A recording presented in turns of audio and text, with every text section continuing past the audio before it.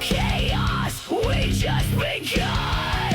This is Chat 1 and Done. Welcome to Chat 1 and Done, the podcast that proves you can roll a critical fail on small talk and still stumble into an adventure. I'm your host, your barkeeper, and possibly your random encounter tonight, Rudy. Tonight we have Mike, the founder and CEO of Arcane Circle, joining us at the table. Grab a pint, lower your expectations, and let's get this chaotic quest started. How you doing, Mike? I'm doing great. That's a great intro, by the way. Yeah, thank you. Everybody gets their own custom intro. Oh, I love it. So, thank you for being our first episode of Season 2. Oh, congrats on the Season 2. Hey. Thank you. Thank you. So, I was kind of scrolling through your Instagram page at Arcane Circle on Instagram. Shameless plug. You want to go ahead and just let us know a little bit about what Arcane Circle is and how you came up with it? Yeah, absolutely. So Arcane Circle is a all-in-one hub for TTRPGs. We primarily focus on GMs and providing them with tools, everything they kind of need to run a game online. So that includes a marketplace, essentially like a looking for game discovery platform, as well as campaign wiki, VTT, which is currently still in the works, and we want to expand from there. But that's what we're currently focusing, at least right now. We are definitely a startup beginning up right now. Really exciting, since our alpha is going to be starting up next week. And then we're going to start moving into open betas or closed betas, then open betas. So yeah, we want to increase the opportunity for people to jump into the TTRPG space, play the game that we all love. Yeah, for sure. I was looking, it's like a 3-in-1. It's like basically anything you would need to run like as an efficient DM is what you guys are offering in one platform instead of having to jump around from multiple platforms. And I've only DM'd like a handful of times. I do remember having to open up multiple windows on my laptop just to like move around. That was kind of the main motivator for Arcane Circles, that I'm a professional GM and I run games online, and that's kind of how I pay my rent. There was multiple times where either I would get like a person for a one shot who's never really used Roll20 or Foundry or Forge VTT, and I'd have to reteach everyone everything, and then it'd be like, it'd be that sort of feeling of I have to create a new account and then I have to jump here and how do I run this? That frustration kind of built up where I was like, this needs to be changed. It could be easier, because that's just another roadblock for people who don't want to play TTRPGs, because it's like, now I have to learn the system and now I have to run all these games and accounts. We wanted to make it easier. Yeah, you just basically streamlined it for DMs. Yeah, it's one of those things where like I've been running these games for years now, and there's always this sort of common importance when it comes to GMs and players, and that is just ensuring that someone who's saying they're a pro GM does have the chops to do so. So another thing that I think we've talked about in some of our videos is that we wanted to introduce like a training module so that GMs and even players, if they wanted to, but they can learn about table safety rules. They can go through like a quiz like situation, and upon a certain score, they'll get badging. So you as the player could start going through our GMs and go, oh, this person's completed table safety. This person knows the basics of this stuff. And it's just another way for us to really kind of verify that you are working with a professional. Oh, damn. Okay. All right. So that's pretty cool. So you guys are taking the time to make sure that everyone that says that they're like certified as a GM, that they actually have the qualifications to run a proper game that I want to say a safe game for everybody. Yeah, it's sort of, I woke up one morning, we had a wish list page, which I was so excited to share out to people and put on social. And then 2 days later, we had sort of this rough skeleton. And my CTO is Michael Carmody. He's an amazing developer, and he's been doing this for 20 years, and he's also a GM as well. I also should say that too. Everyone who is the founders of Arcane Circle, we're all GMs. Different levels of GMs, but we're all game masters. I've been doing this for about a little over 10 years. Carmody has been doing it for like, I think over 20 years, non-professionally, like just running for his own friends and family. And then our COO has been doing it for about 5 years, sort of running games for our channel. So it's been really amazing to pick the brains of other game masters and kind of build something that we would use. Yeah, no, most definitely. I mean, that's kind of the best way to get that research in is, hit it from multiple angles, multiple sources, sides, and kind of get everybody's ideas, stories, concepts, all that fun stuff. Oh, yeah, dude, for sure. In building this, you said you had a wish list. What was the top thing that everybody had like as a general consensus, like, hey, this, if we're gonna make this, we're gonna make it right, but it needs to have this. What was at the top of the list? Oh man, my personal wish list was having a VTT. One of the first people that I've been so lucky to collaborate with, and even in the very beginning, like the budding ideas of Arcane Circle, I was working with Tom. And I apologize, I always forget how to pronounce his last name, but I can always give sort of citation. He was the ex-founder and CEO of Astral VTT. And so he's had previous experience building like a world, a map maker as well as a VTT. And so that was sort of the one big things that everyone kind of gravitated to. And I did too, was like, oh, it'd be so good if we had something like, it didn't even have to be heavy, like a light VTT that players can go, oh, I'll just jump here. And so that was sort of the biggest feature. And whenever I talk about Arcane Circle, that's what everyone kind of is waiting for. I understand. That's like the biggest piece of the pie that has to bake for a bit until we start to release that. Understandable. Do you guys run on the rule of cool? Yeah. Yeah. There you go. Yeah. That's the superiority right there. Yeah. If it sounds good for the scene, just let it happen. Yeah, no, I've back in the day when it was more strict DMing styles and all that, like I used to build just broken builds to help out for I know the rules pretty well, but there's some finite details in them that I don't know. That was always just causing issue after issue. So I was like, okay, maybe if I make it as broken as possible, but still within the realm of not breaking rules, and I can just surpass this dialogue or monologue or like weird class negativity that I might have and just, kill everything. Since we've kind of been able to be with GMs that kind of DM on the rule of cool style, it's been a lot more enjoyable in the sense that for me, I'm real role play heavy and I try and build my character more towards what I want his backstory to be. So like if I say, hey, I want to be a crafter, well, I mean, I have proficiency in alchemist supplies, calligrapher's supplies, cartographer's tools, cook's utensils, glass blower's tools, smith's tools, thieves' tools, and tinker tools. And that is a legit character. That's legit a jack of all trades. Yeah. And that's what he's built to be, is just an overall crafter, creator, tinkerer type character. So that's his focus. His combat is decent enough, but it's his other skills are where the fun begins.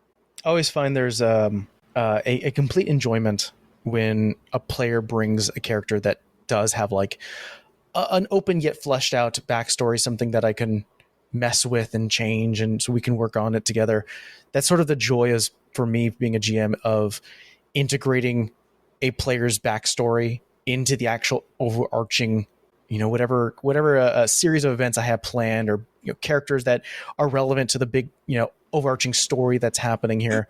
It also allows me to do, and I mean, it does sound fairly evil to say this, but I as a GM, sometimes I like going for the gut punch. I don't know why. It makes your players invested. I'm not saying that you always have to do it. I have numerous players. There's a poll going on right now in the Arcane Circle Discord that I asked some of the other GMs and players who haven't played a game with me, which was like, I have two truths and a lie. Which one do you think is the lie? And that was, I faded to black with the entirety of a party in the entire events of a campaign. Do you think I've made everyone cry at the table, at least for one of my parties for the entire campaign? Or do you think I've been threatened, physically threatened, as a GM, playful as to reiterate, but just I have been threatened. I've been threatened every single party. Someone has.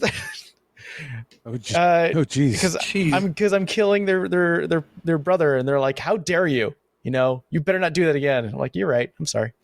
I can't do it again. You only had one brother." Yeah, I was like, "Well, you're right. I'm all done. Hey, I'm cleaning my hands on this." And like, you still have a distant cousin. Keep it up. I ran a game for my friends, and we streamed it, and it was my wife was playing as a cleric who lost her fiance, and I literally brought the fiance back just to be a pawn, like a mind controlled pawn, and she saved the fiance, and I was like, great, you severed the connection from the host, from the evil guy or whatever it was, and now he's just running on time. He's got like a timer, and then he's dead again. And my wife literally, she's like, I'll never forgive you for doing that. And I was like, what? It's a story. That, by far, that's where I can agree with you. For the couple of ones I've DM'd, I like adding that real emotional damage right there. I've done it a couple times to our buddy Zero. He's a co-host, but he couldn't make it to this episode. But I've done it a couple of times because in his backstory, he had a wife that got killed because he was a necromancer. He was like studying up on like how to bring people back, and they found out like a Frankenstein thing where they kind of just lit the house on fire and she passed away.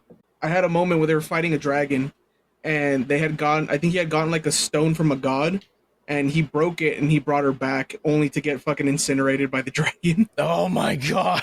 He's like, why do you do this to me? I was like, I'm sorry. Then I gave him an NPC called Julius Cheeser, and then he died too. But I'm sure everyone here, I think all of us, and just to preference the audience too, I'm more than certain, and I do this too on my table, we ask for consent. I tell the players there may be an emotional journey, so they know something's happening just before anyone else starts to get pitchforks. Oh, no, he doesn't. Oh, good. Okay. But that's fine, I guess. But it is only family that plays. Typically those there you go. Those one shots, it's, just a bunch of us family that do it just for random fun. Yeah, I only ever really DM for like CJ because he's my brother, and then our buddy Zero but he's like family, so he's like close in, and then I've DM for CJ's kids before. Oh, that's really cool. Yeah, then it's a different feeling. It's a different feeling when it's family involved, because then you can poke the bear a little bit. Yeah, but I feel like I still haven't been forgiven for Julius Cheeser. I feel like that's the biggest loss in the. They only ever do like one shots, so I was like, you'll see him again at some point. But yeah, he'll come back just to die. Oh, that's terrible. Yeah, my main thing is like I do characters like in NPCs, like I'll do silly voices and all that for him. But basically my rule is whenever I get tired or it becomes too fucking hard for me to stay in the voice because I can't do voices, I was like, all right, it's time for him to go. I have a great excuse to do voices. I have a player who summons a familiar and basically was like, please make them talk. And I was like, yeah, sure, no worries. And they even chose like that warlock familiar where it now has it actually has the ability to do speech. And I was like, well, what's their voice like? Do you want to voice them? Do you want me to voice them? And they pass it on to me. And I warned them, I was like, if you pass it on to me and if you tell me to do the voice, I will make this an interesting experience every time. Every time they summon the familiar, it's a different voice. And it's just an excuse for me to do different voices that will no longer I don't think I'll do a high-pitched squeaky voice for any of my NPCs, but I can do it for this guy, for this little familiar. Hell yeah. No, I mean that right there is awesome because you never know what to expect. So there's always that art of, oh, maybe he waits to talk until, a battle starts and it's some crazy voice that you would not picture coming out of it. Yeah. It's great because then I have some of my players in that party who are like, please let it be a normal voice. And I want to say like 60% of the time it isn't. And there's very much of a side comment of like, I'm going to kill your familiar. No, don't worry. I'll just resummon him. Later he'll have a different voice. If you don't like this voice, just keep trying. Yeah, we'll just start spamming the button. All right, man. So you've been jamming for a while now. Do you have, and you do, since you do like paid jamming, do you do like one shots or do you do like long campaigns, or is it just kind of whatever they're feeling? Yeah, I currently have 2 long-term campaigns going on. So once a week, or I should say twice a week, I run 2 games that are paid. And then on the weekend, I run a streamed game or recorded game that we later stream. So I'm run 3 campaigns a week. And on Sundays, if I feel like I have time, which as of late with Arcane Circle, I have been having little time. But if I do have time, I run one-shots. Nice. Do you have any player horror stories you care to share? Oh, you mean as a player? As a GM, as a GM. Okay. Yeah. One of my campaigns that I ran, that was about 4 years ago. We ran it from level 1 to completion to level 20. It was a full complete game. And in the middle of this game, when the players were like, I want to say level 12, 13, they were pretty high. I set them off into a scaffolding of a clock tower. They had to get to the very top because there was like some evidence left there. The king died. They were like, well, that's where we determined where like the sniper was, essentially, where the spell sniper was. And thing to note is that it was a party comprised of a Tabaxi rogue, of a human barbarian, and a elf or Ladrin cleric. So no one really had any flying abilities, and I knew that going in. So they were running up the tower, and I purposely set it where like these villains were starting to attack and the tower was starting to fall. And the whole goal was for me to really test their might to see how quick they were. And at the very end of it, I was going to have the entire clock tower fall on them. And I was like, great. They are on separate levels because they're trying to hurry. They don't have the ability to help each other. They're being attacked at the same time. They're just going to get hit with this entire tower. Little did I know that the cleric prepped Summon Celestial, and she summoned a unicorn, which is a celestial, or like not a unicorn, but it's like, I want to say Pegasus. I don't know my mythological horses. The horse with wings. And, Pegasus. Pegasus. Summoned a Pegasus, jumped on it, and saved everyone else. And I literally had to look at my pages going, you just avoided so much. I feel mad. I'm proud of you all, but I will not forget this. I was like, I appreciate you thinking outside the box, but did you ever think about second tower? Yeah. So I was like, and then another thing drops on your head. I'm like, I rewarded them. I was like, you guys, that was very creative. I will not let this go. I will never forget this. Oh, that's great. I've had a couple of times too where like I've had like, oh, this is like a story hook, and then they just completely circumvent the whole thing. I go, oh, okay, well, I'm not good at thinking on my feet, so let's move to the next scene. Yeah. I had this moment where the players were on a ship, and I sent this large Leviathan, which I accidentally slipped in my narration that it was from the waterplane. I was like, I don't know why I did it, but I guess I wanted to like instill that this was like some outer being threat. And I was like, yeah, this creature that is completely encapsulating your entire ship is about to bring it down. And once again, my cleric, smart as a devil, walked up and was like, banishment. And I was like, all right. And I rolled in front of the board and I got a really low number. And because I mentioned it was from the waterplane, she just had to held concentration for, I don't know, a minute, and it's gone. But it was the only monster attacking the ship. So they got away. No one else was breaking concentration. And I was like, this is another moment. So yeah, it's players are smart. If you give them an inch, they'll take a mile. Yep. I had a thing where I had set it was a Christmas one shot I had done for him, and I set like spiders, but I kept them hidden. So they're like landmines. When you stepped on one, you're gonna activate a giant ice spider. Oh, and nice. Somehow they managed to go around and miss every single spider. I was like, what the fuck? I was like, can you guys see my board? They're like, no. They're like, no, why? It's like, fuck. Nothing. Never mind. There's like 4 giant ice spiders. I was like, fuck, dude. Trap spiders are my favorite. They're absolutely my favorite. Yeah, I was like, y'all just got around it. Never mind. My bad. They're like, no, do your ice spider thing. I was like, I don't even want to anymore. Yeah, it's all ruined. The moment's ruined. I have this fascination of my fears always become my focused like monsters. Like I absolutely do have a fear of like spiders. I have 2 spheres of insects: spiders and June bugs. The June bugs sound completely ridiculous. I just hate the fact that they don't leave me alone. But spiders is definitely understandable.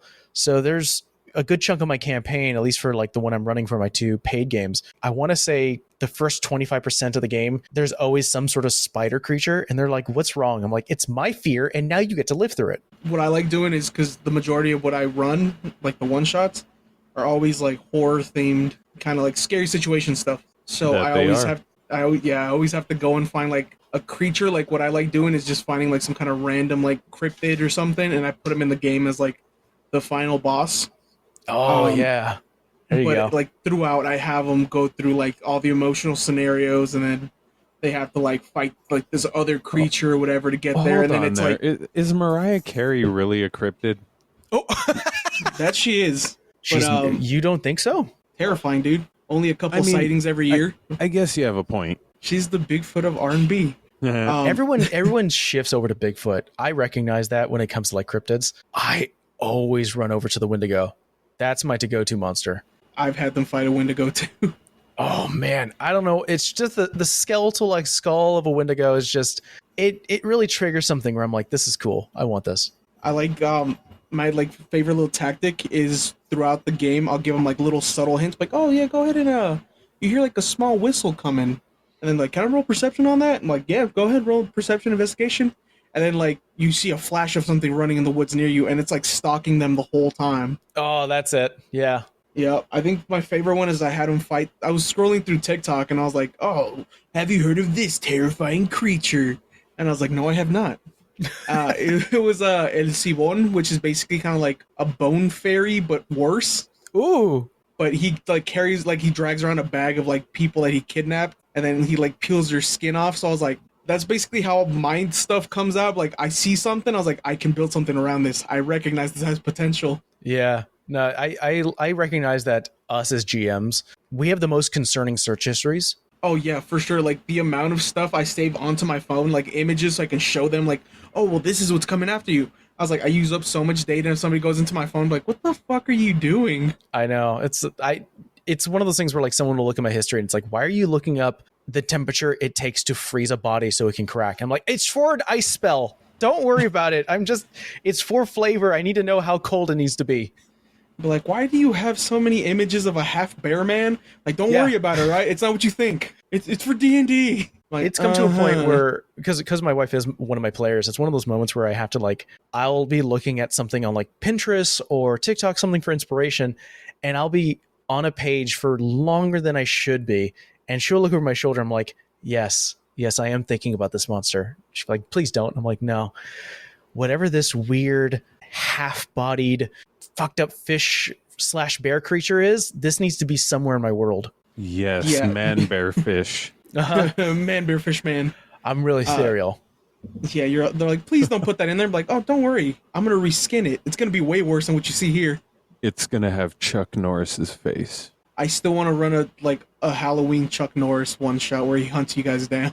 with the Voorhees mask style Not mask. even a mask, dude. It's just Texas Walker. Yeah, just get ready for that. I think that'd be hilarious. So, one final question before we move on. If you could put a soundtrack to your GM style to introduce you to everybody, you have to make a caption. Like, the best way I can describe it in my head is, do you remember when they would do like the Super Smash Bros? They like they intro the character and they put like the character image and the name. If they had to do that, what would be the first song playing when they introduce you? Oh, like what's like my WWE entrance? Yep. Something like that. Yep, you get That's like a really WWE cool. entrance down a ramp to come GM. Oh man, that's a really good question. I haven't thought of that. Oh boy. It's not an easy one. It's not an easy one. Wow. So I grew up in LA, California. So a lot of like my musical history comes from like West Coast rap and a little bit of grunge. I was like, well, that doesn't fit. Like West Coast rap, that wouldn't fit. But I guess Check Yourself by Ice Cube would probably be as far as I can go for. I don't know. God. Hell yeah. So I know you're the first episode of season 1, but I will give you the crown. That is a fucking great walk you down. mean season 2? Sorry, season 2. I'm sorry. Yeah. My brain's still on lag. I'm still trying It's to get either over to that, season 2. and again, I'm still going through the Ice Cube sort of repertoire, but Ain't Got No Haters featuring Too Short is also really, really good. Oh, okay, yeah, you got the crown for season 2. I'll wear it proudly. That's a great. You'd be the first and last GM to crip walk down to his seat. That's a great song. Okay, all right, I'll give you that. That's a great one. CJ, have you thought of yours? I don't know. I think I would have to switch it up from last time, which was the Slaughter to Prevail Barbie Girl cover. I like to give my crown, please. That's a good answer. I will do the a cappella version of The Gutter by Coheed. That'd be pretty cool, actually. I could see that. Ooh, yeah.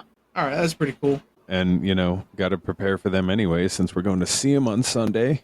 Woo. And Rudy, I feel like this is a question you had in the barrel, and you have something for us too. If I had to pick one song and one song only, it will be Run Around by the Blues Travelers. You can't beat that harmonica solo.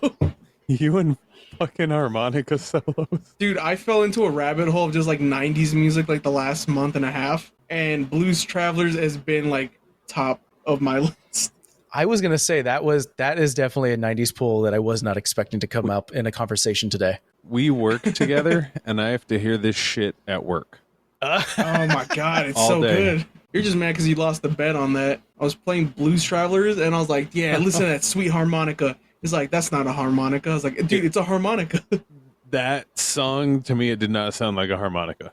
Dude, Blues Travelers is just harmonica, man. That's the main attraction. I also knew nothing about them. Oh yeah, dude. They slap.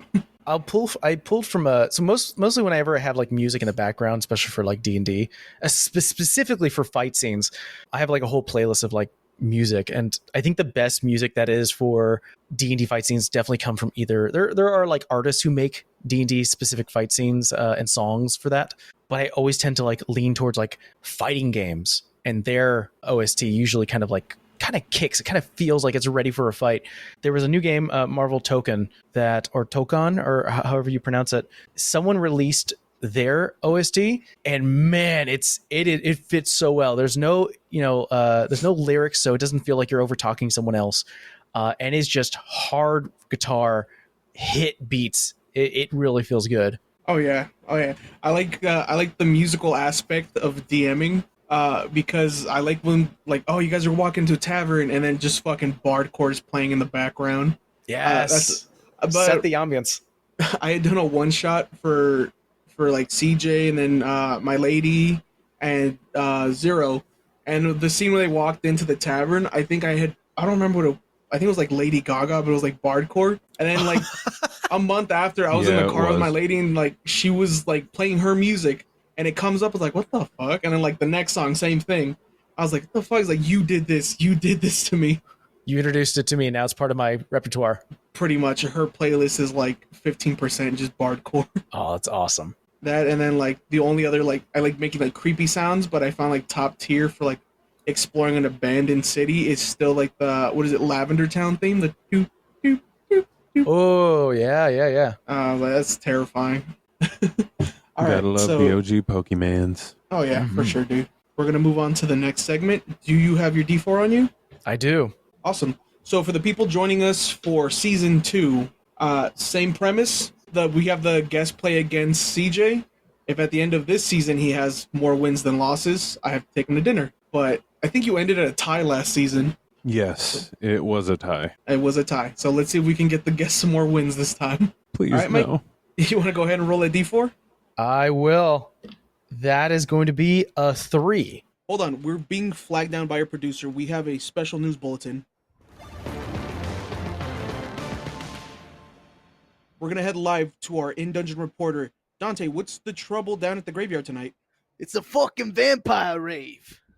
Isn't that just feeding? No, it's a full-on EDM show. They got fangs out, glow sticks in, and they just turned a fucking priest into a blood fountain. Sounds dangerous. Are you sure you're all right there? Oh, yeah. The vamp babes love me. Hey, wait a minute. Hey, don't bite that. Okay, Ooh. So this season's game is I cast Identify. So I'm going to go ahead and read you a D&D spell that was poorly described, and then you guys have to try to guess what the spell is. Okay, so you guys see the little hand icon underneath right here? Oh, yeah, Under your yeah. guys' name? All right, go ahead and give me the click. Just make sure it's working. All right, let me open the queue. Awesome. All right, so I'm going to read the spell. Let me get all the way through, because I know some people cut through it. CJ. My bad. I'm going to read it all the way through, and then if you know what the answer is or you like to try to make a guess, go ahead and do the raised hand, and then whoever gets it in first, we will give them the chance to answer. So we're doing 1 here. Ready? So it's the spell where the wizard just shrugs and decides subtlety is overrated. Instead of fireballs, lightning, or anything remotely reasonable, they basically point at the ground and say, hey, what if a planet itself attacked you? Suddenly the sky has opinions, and those opinions are mostly boom. All right, Mike? I'm going to say Meteor Swarm. Ooh, that is Meteor Swarm. Good job. Yes. Uh-huh. Yeah, I got you. Yeah, All that right. one, my brain did not work for that one. But I don't think I've ever even gotten to that spell. Yeah, it's a higher level. I think it's a level 9 spell. Yeah, that's a big boy spell right there. I was like, I gotta start writing the information. Isn't it like 40d6 damage? I think I've casted it once as a villain to the players, so I don't remember much of it because I've only done it once. But I know it. When you started to mention like everything goes boom and sort of the earth itself, I'm like, that sounds. I almost went earth and grass, but that didn't fit. All right, CJ, we're starting off season 2, and you got yourself 1 loss. Damn. Yes. It's okay though. Well met. Well Sashimi's- met. Hey, I loved it. Sashimi's expensive. Oh, Yeah, that's one of the few things I can actually eat, so. Mad expensive. I apologize. That's why I'm always on the guest side. Alrighty, so You suck. You love it. All right, so we're gonna move on to our final segment of the show. It's one rule to rule them all. One rule to rule them all. That was a tongue twister. So basically, you're gonna give us a time that a nat 20 has basically saved skin on your back, and then a nat 1 has bit you in the ass. Okay. Could I be flexible with this idea? I'm currently with all the other games I'm running as well, I'm a player in a Blades in the Dark campaign, and there is something they do have, which is a crit, which is when you roll 2 6s. I have a great story for that one. Yeah, go for it. So Blades in the Dark, for those who don't know Blades in the Dark, it's very much of like a heist game. You're villains, you are drug dealers, you're enforcers, killers, things like that. And so we're playing a crew as drug dealers, and there is a task that needs to be done, which is convince this owner of a leather shop, the sort of leather monopoly person, and you have to convince them to sell their entire business, which on surface, if you were to talk to anybody, like just sell me your business, sounds insane. So the GM definitely put us on an insane set. And there came to a point where my character is talking to them disguised, very much trying to do the Inception thing, trying to convince them to like, I think I was playing as a character that was like, I was playing a character who's playing a character who is a scientist, a sort of a bug scientist, telling them that there's about to be a locust swarm that's going to eat leather, and you might as well just sell your business, or you're just going to lose everything. And I'm getting them on the hook, and they're interested, but the GM was definitely saying like, hey, listen, it sounds like the guy is not even worried. More than anything, he's probably just going to say, then my business is going to, I'll be the only one here, and I'm going to make a lot more money, which I felt like it was like, all right, fine. So I ended up rolling. I was like, I'm just going to try to do threats. Let's just try to threaten him. Like, if you don't sign this, something bad's going to happen. Rolled 2 6s, got a crit. And I think I said a phrase or some sort of like monologue of like, if you don't sell this to me, I know where everyone lives that you care about, and I will hunt them down. And it came to a point where even the GM was like, all right, I guess you win. He'll sign the documents. I was like, great, bye. Just left. I'm out. But it was really tough because the way that Blades in the Dark works is that you work on clocks. So you're working towards finishing a clock. Each roll you have fills a slot on that clock. So by the time that I had, nowhere was I going to be able to fill that clock in time. So the fact that I got a crit just saved it. Oh yeah, that's like sliding. That's like the Indiana Jones slide. It felt like that. And then Yes. grab your hat. I got real tense at the table. Nat 1. I think this is a less player notion, but more of a GM thing, and something I was really trying to hide from my players. I had a villain who was pretending to be like a really good person and was stringing the players along, and they were the general of the sort of kingdom. I knew for a while that they were going to be like one of the bad guys, not the big baddie, but they were definitely going to be an antagonist. And one of the players was so harping on the fact that they didn't feel right about this NPC, who in the story I was making them kind of really helpful. Like they were helping out the players, and they're like, something feels off. I want to roll an insight check. And I went, all right. And I know there are some GMs who may fudge dice. I get it. Hey, sometimes the story needs to go. I don't know. I just felt so confident that it didn't matter what I rolled, so long as it wasn't a nat 1. They will never find out. I rolled the die, got a nat 1. They rolled really high on their insight, and I had to explain, like, yeah, you're talking about these sensitive topics, and you're seeing this person really react in a way where it kind of feels like they know exactly what you're talking about, and they almost feel nervous. There's a bit of a bead of sweat, and they literally stood up from the table and they're like, I fucking knew it. I knew this person was connected to this evil cult. And I really had to shift up like on the fly how I was going to run it. Cause now they confronted this general, and the general's like, if you breed a word of this, I can convince the kingdom that you guys are the bad guys. And it came to this point where I was like, great. Now it stopped becoming subterfuge, and now it's becoming, I will own you. Oh no. And it changed the tone of the game. And I was like, all right, this person was going to lead you to a trap. Not anymore. Now we're going to threats. And I hope this doesn't talk a lot about myself as a GM. These are just really amazing moments in stories. I don't threaten my players a lot. I'm really sorry, everyone. Sure, I swear I don't. I swear I don't. These are little moments that stuck in my mind. You get comments on the video, and be like, yes, he does. Yeah, He believe made me my, cry. my players will go up and tell everyone on the videos like, no, he does this for a living. I'm like, I try not to. But the best stories are when there's emotional ties. Oh yeah, for sure. You gotta sprinkle in that emotion in there just to kind of get the ball rolling. Absolutely. Or just, be like Rudy and crush everybody's hopes, dreams, wishes, thoughts, prayers, hearts. But did you have fun though? But did you have fun? But did you die? Exactly. You didn't die in the campaign. You walked away. No, honestly, I've never had an issue. It's everybody else that ends up getting screwed. I make myself immune to it. Yeah, it's kind of hard to like target your characters for one shots because there's like no emotional backstory there. You're like, all right, I don't care, whatever.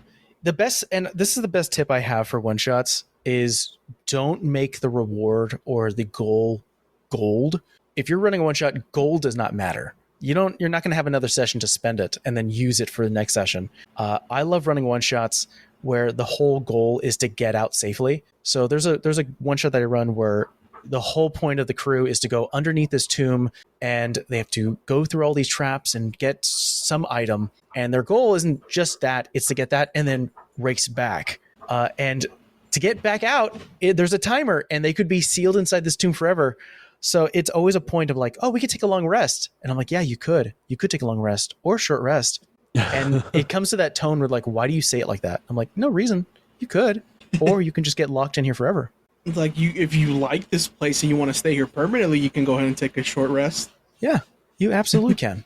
Yeah, I learned pretty quickly that like in the first couple of like one shots, I was offering gold and they didn't care for it because they're not going to use it or they're not use the same character. So I think the last one of the, like towards the last ones I ran, I had them start off like mid scene, like in an action movie that you could like, you guys are in a cart, you're trying to like loot this cart, but you guys get captured, you're in a prison up in like the winter mountains or something like that. And you guys basically your sentence is you have to serve here and protect the center of this castle because there's a giant hole that demons come out of every night. So you guys have to fight them. Oh. And I had them all die within like the first like 10 minutes. They got dragged into the pit and like they fell to their deaths. But when they woke up, they had like a little coin each in their pocket. And the whole thing was they had to make it through and then they had to find a different like crooked coin to replace that coin. And then that's how they got out from being dead. That's a really cool goal. Yeah. Yeah. So I was like, I had them go through like different like horror scenarios. Like, oh, well, one of you guys is going to have to go into this abandoned house and search for the coin. But there's something like inside the walls that's like watching you and it's trying to grab you. The most fun one shots I've run always have like a predetermined goal that's kind of like emotionally invested. And I know that's really hard to do, but there's something about competition and saying that yours is better than other people's. So there's this one shot I like to run where the players own a bar and their bar is a front for like a mob type kind of a group. And their boss is like, hey, a wine bar just opened up across town and they're stealing all of our customers. I need you to go over there and show them who's boss. And while the players are walking to the wine bar, everyone in town is like, oh, I hate that bar. This wine bar is even better. And it just starts to fuel the fire where everyone's like, they hate our stuff. And I'm like, yeah, they hate your bar now. Oh, well, F that. Let's go to that. We're really going to mess them up now. And it really kind of stokes the fire. Those are the one shots that are just so much fun to run. Oh yeah, for sure. Well, All right, shit, man. I think in our story that we're working on now, we actually have a shop that we own that is going to be used in interesting ways. Yeah, that was like the first thing we did is we went and we bought a storefront. There you go. Yeah. And I was like, it's crazy if we have to travel because I don't know what we're going to do with it, but okay. We'll make Hire it work. someone. Just hire someone and they'll make passive income for you. I like the way that works. Dude, I'm an artificer. I can make something. Oh yeah, you can make a robot. That's fair. Let's do that. Thank you for the idea. All right, guys. Well, that is pretty much all the time we have for this episode. I want to thank Mike, founder and CEO of Arcane Circle. Thank you for coming on. Do you got anything you want to plug? Yeah, absolutely. Please go to arcanecircle.games. There you can, and depending on when this is released, you can either sign up for our waitlist or we should have our beta open, in which if you're looking for a platform where you can post your games, manage, organize, and schedule with players, as well as get access to additional features like a campaign wiki, as well as a VTT later down the road, as well as some additional features we're working for in the back end, then please sign up now. You can always join the Discord, and I'm fairly active in there too, so you can always reach out to me. And if you're looking for some great TTRPG content, don't forget to check out Arcane Focus, which is our actual play channel, which has a bunch of one-shots and full campaigns. So a lot of stuff, a lot of irons in the on the stove right now. Awesome, dude. Awesome. So go ahead and check them out. Guys can also find them on Arcane Circle on Instagram. Did I get that correct? Absolutely, yeah. Awesome. So go ahead and check them out. They got a lot of cool stuff there. We can't wait for the launch. We're definitely going to be in line for that. I appreciate it, guys, and thank you so much for having me here. Thank you so much for being first episode of season 2. Hey, you know what? Go check out the Nerdy Viking podcast and not one and done. Absolutely. Hell yeah, much appreciated. And again, it's been fun. We do, appreciate you taking your time out. And I think that's where we'll kind of wrap up today's adventure. And as always, a huge, huge thank you to you, Mike.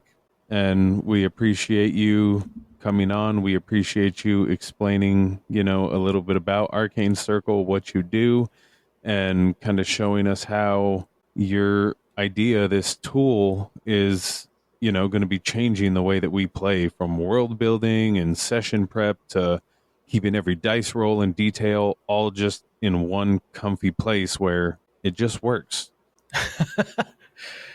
The old Todd Howard statement. It just works. No, it just blends, It does. And we're really excited to bring something that I have high standards. So I'm excited to bring something that not only I would be proud of, but hopefully the entire TTRPG community will be proud as well. But, beyond that, all that, big thanks to your audience. Big thanks to you guys for really kind of like setting this thing up. And I can't wait to show off what we have. Hell yeah. Well, we look forward to it. And to everyone out there, as always, if today's chat inspired you, don't forget to give us a like, follow, some love on all of our channels, and feel free and make sure you give Arcane Circle their love as well, because they're doing great things, and it's going to allow a lot of great things to come and happen in the future. So as always, I will be signing off, raising a mug to everybody. May your dice land true, your stories come alive, and your circle of adventures always stay strong. Until the next one. One and done. Legends fall and rise for fun. One bad roll, but we don't run. We fight through fire in the setting sun.